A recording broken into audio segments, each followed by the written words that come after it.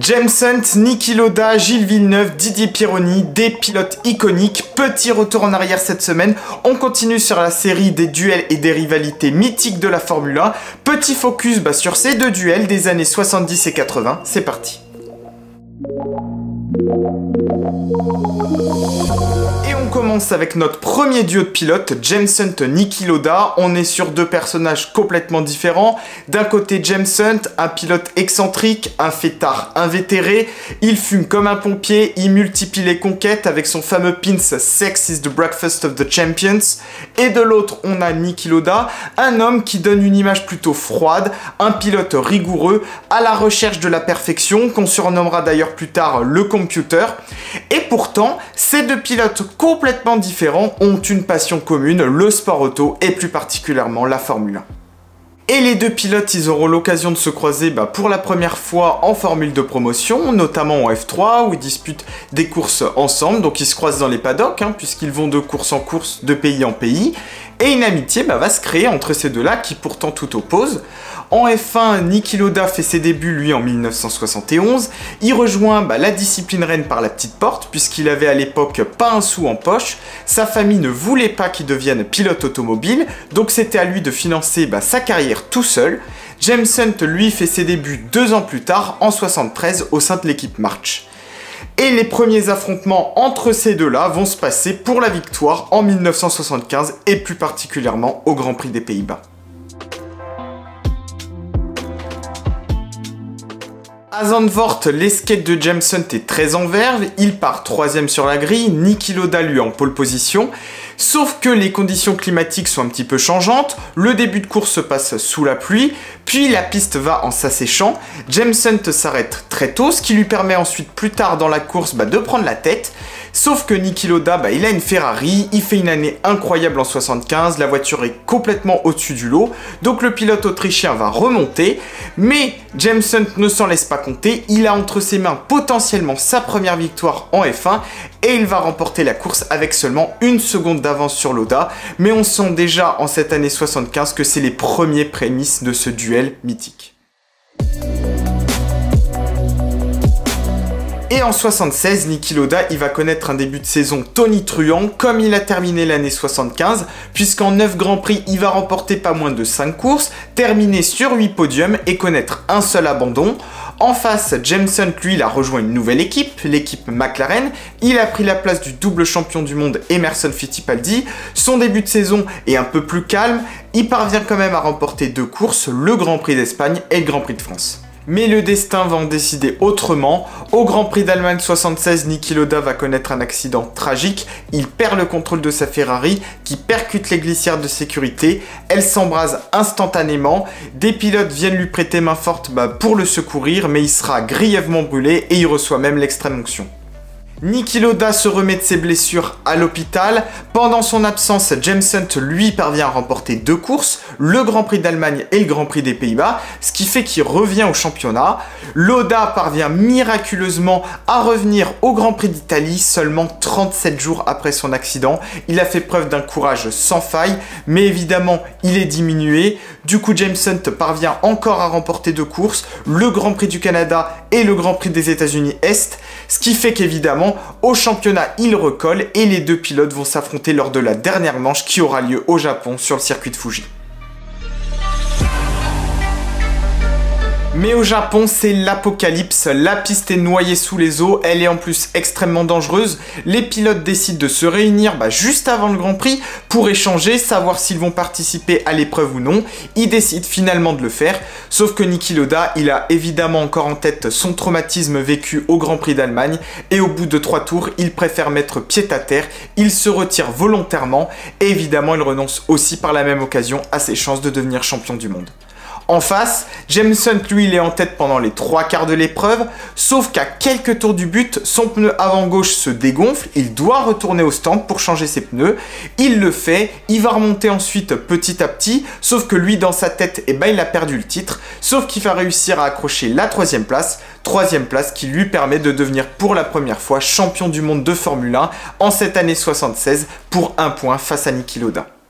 Après ça, les deux pilotes vont continuer de courir ensemble jusqu'en 79, où ils prendront tous les deux leur retraite. Jameson, ce sera une retraite définitive. Niki Lauda, lui, une pré-retraite, puisqu'il reviendra ensuite en F1 en 82, mais pas avec la même suite de carrière. Niki Lauda, lui, devient champion du monde en 77 pour la deuxième fois avec Ferrari. Pour Jameson, ce sera un peu plus difficile et ils veulent connaître un déclin progressif jusqu'à la fin de sa carrière chez Wolff en 79. Mais on retiendra de ces deux pilotes un duo complètement atypique que tout oppose, et pourtant de cette rivalité forcée par les enjeux du championnat du monde naîtra une belle amitié qui perdurera jusqu'à la mort de Jameson en 93. Deuxième duo de pilotes, et au rayon de l'amitié N, je vous demande le duo Gilles Villeneuve-Didier Pironi. À ce moment-là, on est début 1981, la Scuderia Ferrari sort d'une très mauvaise saison, elle est au fond du gouffre, et elle espère évidemment se relancer en 80 avec l'utilisation du moteur turbo.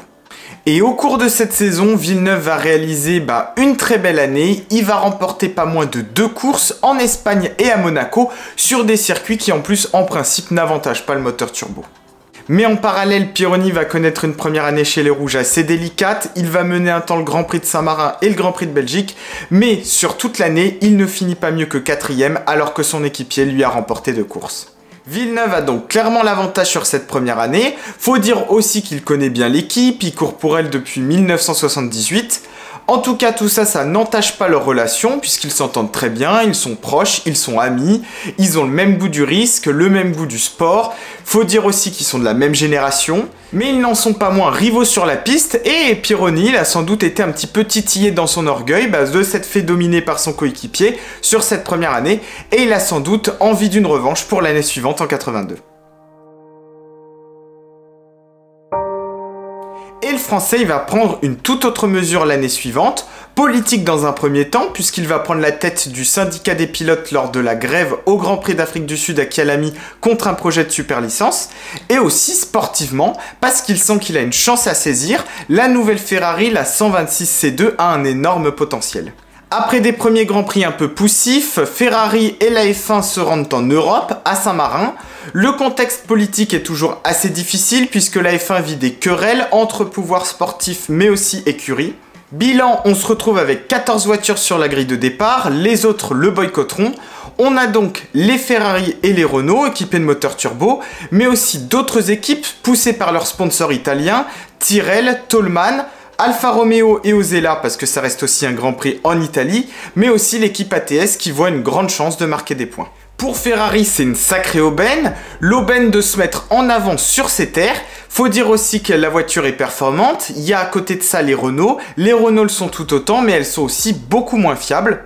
Après 44 tours sur les 60 que compte normalement le Grand Prix, les deux Renault se retrouvent éliminés, il reste donc les deux Ferrari, Villeneuve est devant Pironi, sauf que le Français le passe. À ce moment-là, Villeneuve, il pense que le Français fait un petit peu le show devant le public italien pour créer un semblant de suspense, donc il passe à nouveau devant, sauf que voilà, à 4 tours du but, Pironi reprend l'avantage. Lors de l'avant-dernier tour, Villeneuve parvient à reprendre l'avantage sur le Français, il est donc en tête. À ce moment-là, le panneau slow est présenté. Gilles pense sans doute que ça signifie tout simplement de geler les positions pour conserver leur avantage et donc remporter tranquillement la course. Sauf que voilà, Pironi va passer une nouvelle fois Gilles Villeneuve à l'amorce de la Tosa pour remporter la course. À ce moment-là, à l'arrivée, Villeneuve sort de sa voiture en furie. Il se sent évidemment trahi et il n'adresse pas la parole à Didier Pironi. Grand Prix suivant, Grand Prix de Belgique, l'ambiance est évidemment délétère du côté de la Scuderia où il y a véritablement deux camps qui se forment, les pro Villeneuve et les pro Pironi. De son côté, le Français estime qu'il n'a rien à se reprocher puisque finalement il avait tout autant le droit de gagner la course. Et le samedi, on est jour de qualification, Pironi signe un temps, il se retrouve devant le Canadien. À ce moment-là, Villeneuve sort évidemment pour essayer de décrocher un meilleur chrono. Il fait un tour, 2 tours, sans succès. Dans les stands, on lui dit de rentrer pour évidemment changer ses gommes. Il entame son tour de décélération, sauf qu'il le fait à pleine vitesse. Et à ce moment-là, devant lui se trouve la marche de Joren Mas qui, lui, est au ralenti. Et Villeneuve le percute par l'arrière de plein fouet. À ce moment-là, le choc est terrible, Gilles est propulsé hors de sa voiture contre les barrières de sécurité, il gît inconscient, les secours arrivent, il est transporté à l'hôpital, mais malheureusement le Canadien ne survivra pas à ses blessures et il décède le soir même. Par la suite, en signe de deuil et de respect, la Scuderia décide de ne pas prendre part au Grand Prix, mais elle poursuit sur les autres épreuves de la saison et Didier Pironi a désormais un lourd poids à porter, celui de la Scuderia Ferrari, qui en plus peut viser encore le titre de champion du monde. Mais décidément, cette année 82, le sort s'acharne. Il est dans un premier temps impliqué dans l'accident qui coûtera la vie à Riccardo Paletti au Grand Prix du Canada. Et plus tard, en Allemagne, en essai libre, il va connaître un choc très violent. Il percute par l'arrière la Renault d'Alain Prost. Sa Ferrari s'envole dans les airs avant de retomber très brutalement. Le Français dans sa voiture, il est conscient, mais il est grièvement touché. Ses jambes sont fracturées, elles sont même broyées. Il parviendra quand même à les sauver de l'amputation, mais évidemment, il ne pourra plus jamais conduire une Formule 1.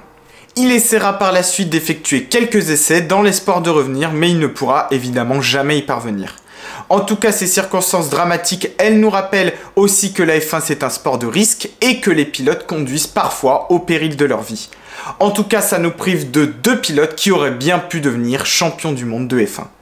Et voilà, c'est fini pour cette petite vidéo, j'espère qu'elle vous a plu, n'hésitez pas à liker, à partager et à vous abonner pour être au courant de tous mes futurs contenus et aussi pour me soutenir. Et nous on se dit à très vite sur ma chaîne, à bientôt.